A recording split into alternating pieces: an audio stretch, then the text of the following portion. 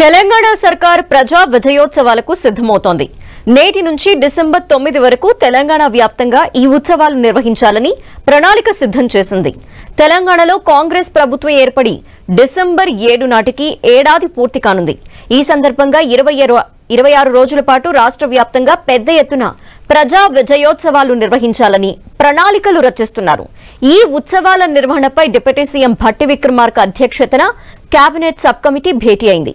మంత్రులతో పాటు ఈ మీటింగ్ లో ప్రభుత్వ సలహాదారులు వేం నరేందర్ రెడ్డి, కేకేతో పాటు పీసీసీ చీఫ్ మహేష్ కుమార్ గౌడ్ పాల్గొన్నారు. ఈ సమావేశంలో ప్రభుత్వ పథకాలు ఫోకస్ చేస్తూ ప్రభుత్వ విజన్ ప్రజలకు వివరించాలని నిర్ణయం తీసుకున్నారు. పండిట్ జవహర్ లాల్ నెహ్రూ జన్మదినం రోజున ప్రారంభమయ్యే ఈ ప్రజా విజయోత్సవాలను అన్ని జిల్లాల్లో ఘనంగా నిర్వహించాలని డిప్యూటీ సీఎం భట్టి విక్రమార్క ఆదేశించారు. పెద్ద ఎత్తున సాంస్కృతిక కార్యక్రమాలు నిర్వహించాలని సూచించారు.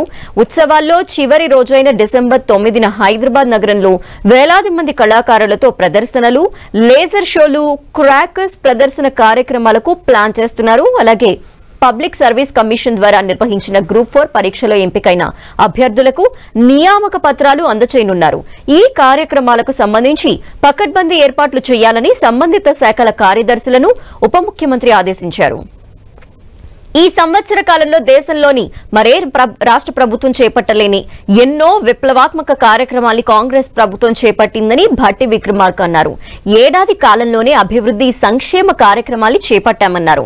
ఈ 26 రోజుల కార్యక్రమాల్లో ప్రభుత్వ గ్యారంటీ పథకాలైన మహిళలకు ఆర్టీసీలో ఉచిత ప్రయాణం, 500 రూపాయలకే గ్యాస్ సిలిండర్, 200 యూనిట్ల ఉచిత విద్యుత్, రాజీవ్ ఆరోగ్యశ్రీ, ఇందిరా మహిళా శక్తి తదితర పథకాలతో పాటు ప్రభుత్వం అమలు చేస్తున్న అనేక అభివృద్ధి, సంక్షేమ కార్యక్రమాలపై చైతన్యపరుస్తామని తెలిపారు భట్టి.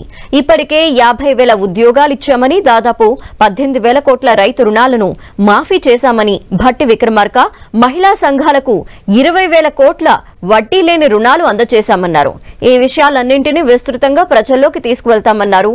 డిప్యూటీ సీఎం భట్టి విక్రమార్క అలాగే పెట్టుబడులు తీసుకురావడం, కొత్త కంపెనీలతో ఒప్పందాలు కుదుర్చుకుని రాష్ట్రంలో ఉద్యోగ, ఉపాధి అవకాశాల్ని పెంచామన్నారు. వీటన్నింటిపై ఈ 26 రోజుల పాటు ప్రదర్శనలు చేయనున్నట్టు తెలిపారు.